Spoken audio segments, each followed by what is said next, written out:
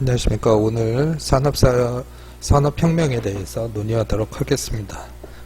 왜 산업혁명이 중요한가 하면 산업혁명 이전의 시대는 주로 중세시대, 농경시대, 봉건사회 뭐 이런 걸로 나뉘어서 주로 거기에서 그 예술품을 만드는 사람들은 숙련된 공예가들 중심으로 이루어졌습니다. 하지만 산업혁명이 이루어지고 1760년경에 산업혁명이 이루어지고 대량 생산이 이루어지면서 기계 발달로 대량 생산이 이루어지면서 산업사회화 돼가면서 그 대량 생산의 문제를 수용하고 해결할 수 있는 디자이너들이 나타나게 되었고요. 그래서 산업혁명은 디자인의 시작이다라고 얘기할 수 있습니다. 그래서 우리가 산업혁명 이전의 시대를 미술사라고 얘기를 하고요. 산업혁명 이후를 디자인사로 봅니다. 산업혁명은 1760년경에 유럽에서 이루어졌고요. 그 중세 시대의 농경사회가 끝나고 증기기관과 기계의 발달로 수공업에서 대량 생산이 가능한 기계 산업화를 얘기합니다. 산업과 경제, 정치적으로 혁명적인 변화의 시기를 이야기합니다.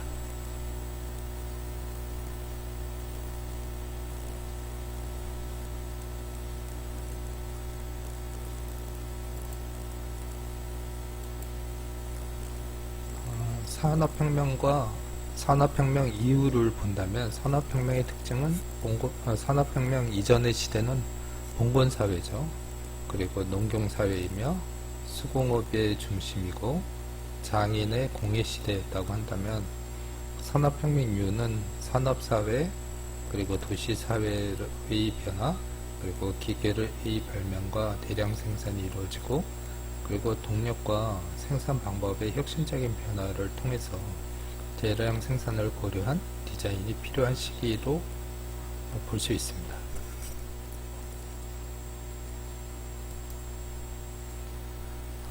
그런데 여러분이 아시다시피 왜 산업혁명이 영국에서 이루어졌는가에 대해서 얘기를 한다면 영국이 섬나라지 않습니까? 그래서 바다를 중심으로 굉장히 많은 활동을 했는데 물론 그 스페인이라든가 네덜란드라든가 이러한 그 해양 강국이 있었지만 영국의 입장에서 본다면 영국도 해양 사업을 많이 했거든요. 그런 결과로 인해서 아메리카 16세기서부터 그 신대륙 발견 이후로부터 그 아메리카에서 그 신대륙에서 은과 사탕수수를 통한 대단한 많은 이익을 남기게 됩니다. 그 사탕수수라는 건 신대륙에서 그때 당시에 사탕이 굉장히 고가의 그 기호식품이었는데 아프리카의 그 노동력을 이용을 해서 신대륙에서 사탕수수를 재배해서 그걸 유럽으로 들어와서 막대한 이익을 남겼고요. 그리고 신대륙에서 나오는 은을 유럽으로 가져와서 자본의 축적의 시작을 이룹니다. 이러한 어떤 그 사탕수수라는 것은 대단한 노동력이 필요했는데 신대륙에서 그 노동력을 구할 수 없어서 아프리카에서 노동력을 공급했다라는 얘기고요. 그리고 18세기에 산업혁명이 일어나는데 17세기에 인도로부터 면무역을 활발히 했습니다. 그래서 인도에서 들어오는 면이 지금으로 얘기하면 반도체만큼 굉장히 중요한 아이템이었는데 그래서 그 면을 통해서 많은 상업과 그리고 무역을 통한 자본이 또한 축적이 됐습니다.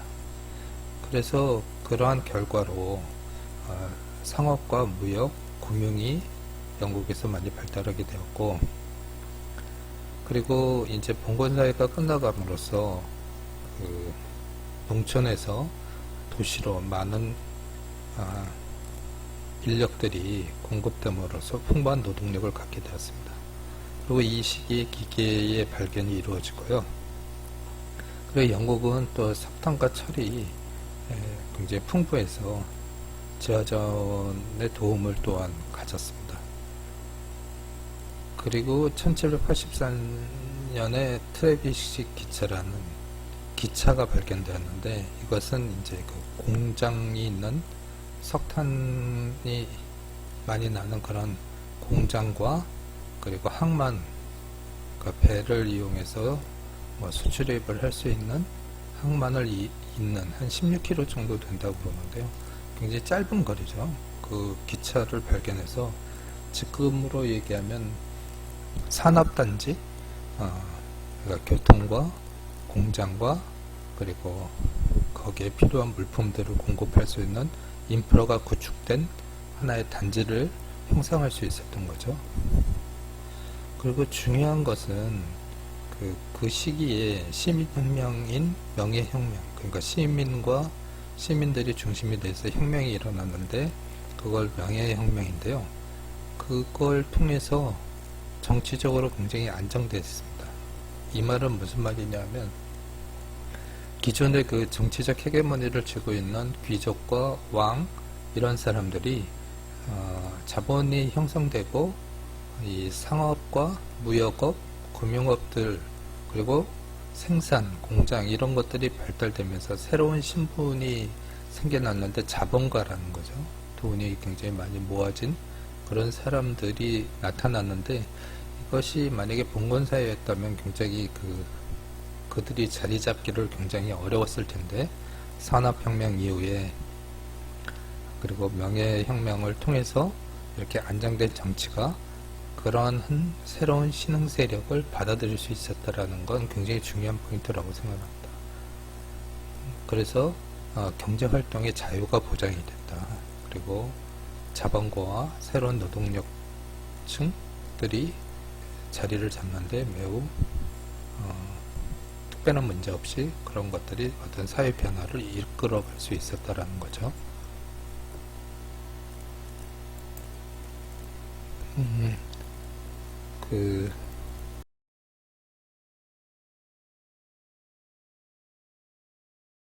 여러분이 영화 같은 데서 보면 영주가 있고, 넓은 농장에 그 성 하나가 있고, 그 성 안에 영주가 살고 나머지 모든 사람들은 일종의 소작농이었죠.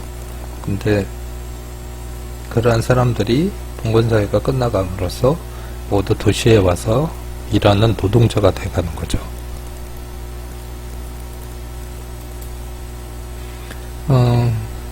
그들은 이 살던 그 아파트입니다.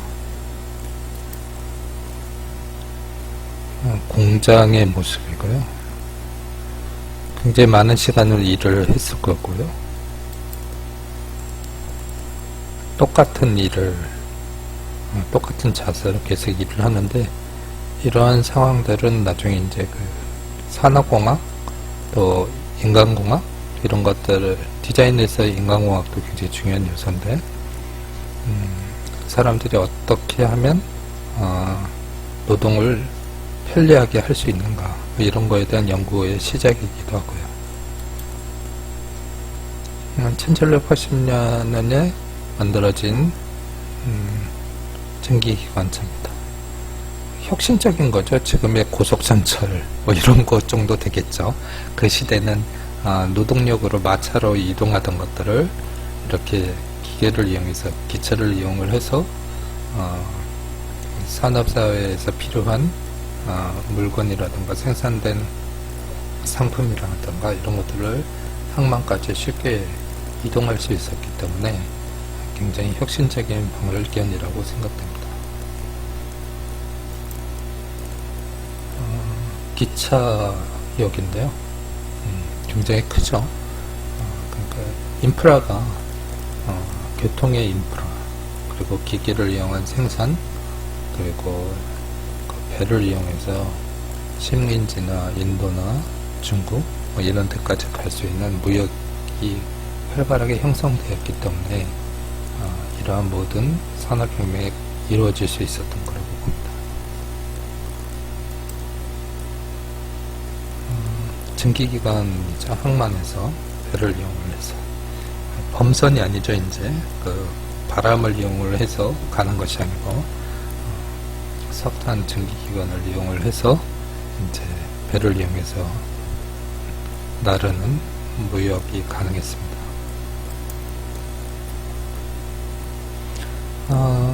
1851년 지금으로 얘기하면 무역박람회가 이루어졌는데요. 그러니까 엑스포죠. 지금으로 얘기하면 요 위에 있는 것이 이제 그 수정공이라고 그러는데 모두 다 이 크리스탈 유리 같은 걸로 제작이 되는 것 같습니다. 지금 이렇게 보면 꼭 궁전 같죠. 근데 지금 코엑스나 뭐 이런 것처럼 처음으로 그 당시에 유럽이나 신대륙에서 이루어졌던 중요한 물품들, 핵심 물품은 뭐 면직류라든가 뭐 그런 것들이 주가 되겠죠.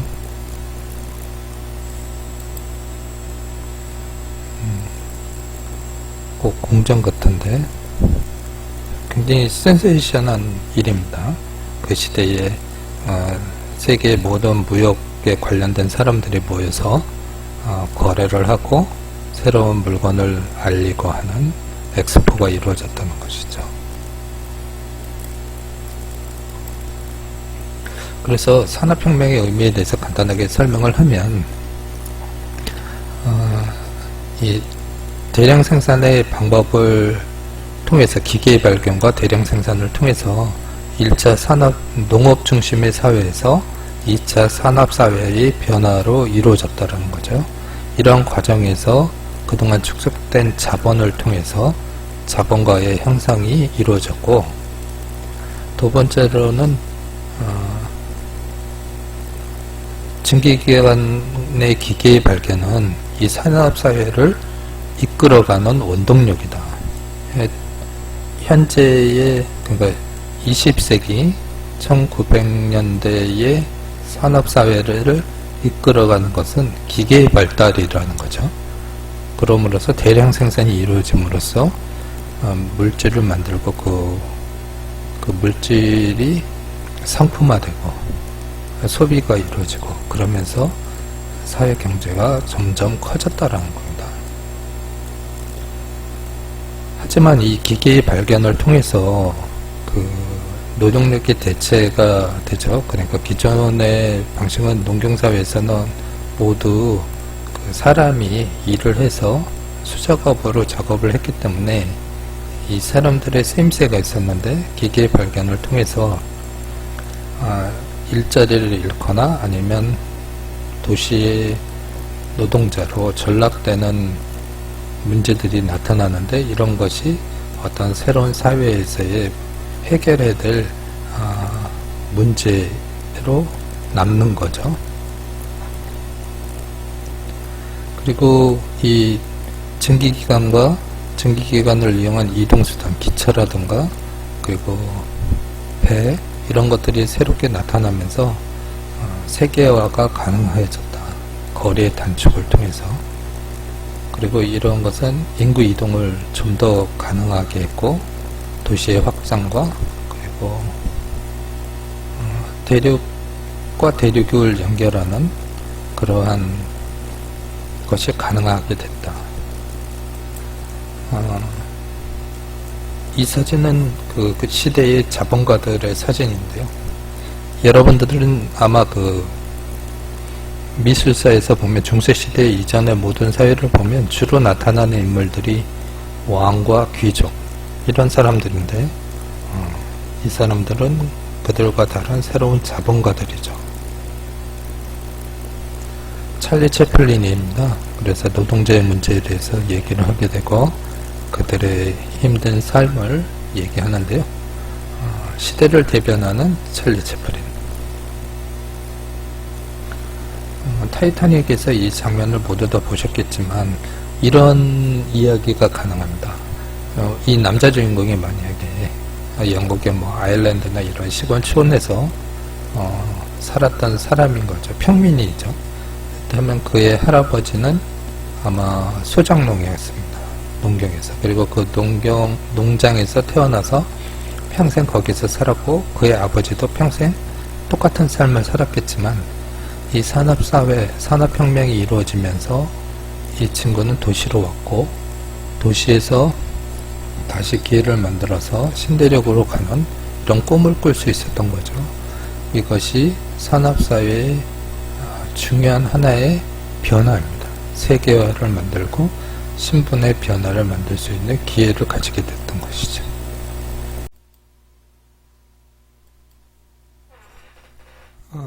오늘은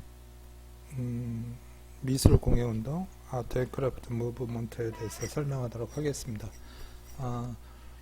우리가 18세기 산업혁명 이후에 농촌 생활이 도시 생활로 바뀌면서 많은 도시 주민이 생기고 대량 생산을 통해서 많은 물품들이, 생활부품들이 공급되는 과정에서 생겨났던 미술 장르 중에 한 장르입니다. 미술 공예운동을 정의를 간단하게 한다면, 산업혁명으로 전통적인 사회 형태와 생활 방식이 큰 변화를 일으키고, 조금 전에 말씀드렸듯이 생활에서의 사용되는 물품들이 대량 생산이고 서민들이 주로 사용하는 것이기 때문에 예술적인 가치가 많이 타락됐다라는 거죠. 또 이런 사람들은 이 시대만 해도 미술가들은 되게 그 철학적인 내용을 같이 가지고 있었기 때문에 그것이 어떤 사회적으로 도덕적인 해이에서 나타나는 예술적 타락이라고 얘기를 했습니다. 이 사람들이 봤을 땐 도저히 받아들일 수가 없었던 거죠. 그런 어떤 중세시대에 오랜 숙련된 공예가들이 만들었던 아름다웠던 생활 도구들에 비해서 대량 생산된 물건들은 너무도 미적으로 수준 이하였다라고 문제점을 제기한 것입니다. 존 러스키는 1819년서부터 1900년 사이에 영국의 미술가이며 평론가이며, 근데 이 사람은 어디서 그러니까 어떤 문제제의 해결점을 제안한 거냐면, 이탈리아의 중세에 있었던 그 많은 성들과 건축들을 보면서 그 시대의 어떤 미술적 기준으로 돌아가야 된다고 얘기를 했습니다. 이러한 사상은 윌리엄 모리스에게 많은 영향을 주었는데요. 우리가 아트 앤 크래프트를 얘기를 한다면 존 러스킨과 윌리엄 모리스 두 명을 얘기를 합니다. 윌리엄 모리스는 이러한 문제의 해결 방법을 프랑스 북부 지역을 여행하면서, 이 사람 또한 중세의 그 건축이라든가 대성당, 스테인글라스, 이런 공예죠. 건축에 관련된 모든 공예에 대해서 그 영향을 받고, 이것을 돌아가자, 중세의 건축 양식으로 돌아가자고 얘기를 한 대표적인 미술 공예가입니다. 이 사람은 기능주의 건축을 반대하였고, 문양과 디자인을 고유하면서 기능과 연결된 신미성에 관심을 가졌다는 거죠. 신미라는 건 미술적 아름다움에 대한 어떤 이상을 가지고 있다라는 얘기죠. 중세의 간결함에 대해서 깊은 인상을 가졌고, 그래서 이 사람은 시범적인 건축을 제시를 했는데 레드하우스입니다. 미술 공예 운동이 무엇이냐 하면 이 레드하우스라고 할 수 있는 것입니다. 이게 이제 그 모리스가 만든 건축인데요. 한번 보시면 레드하우스라는 건축물입니다. 이 뷰에서 보시면 여러분은 이런 기준으로 레드하우스를 좀 보셨으면 좋겠습니다. 이 이전 건축 양식은 중세 건축입니다. 중세 건축. 뭐 굉장히 장식적인 건축물들을 얘기를 하죠. 주로 궁전이나 귀족들의 집 이런 것들을 얘기를 합니다. 그리고 이 이유는 뭐냐면 모더니즘이죠. 바우하우스에서 시작된 모더니즘. 그러면 앞에 거는 굉장히 장식적이고 뒤에 거는 아주 간결하게 정리된 뭐 직사각형, 정사각형 같은 형태를 가지고 있습니다. 그렇다면 그런 관점에서 지금의 레드하우스를 여러분이 보신다면 그 중간적 역할을 하고 있는 것입니다.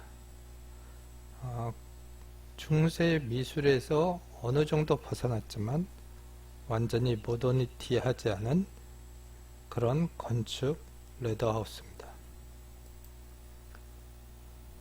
하지만 이 레드하우스는 지금 뭐 군산이나 일제시대의 건축물 같은 데에서도 보면 영향을 받은 그런 건축물들이 아직도 많이 볼 수 있는 거죠.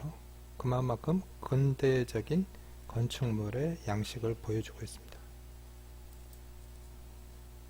실내 장식인데 실내 장식은 외관보다는 조금 더 장식적이죠.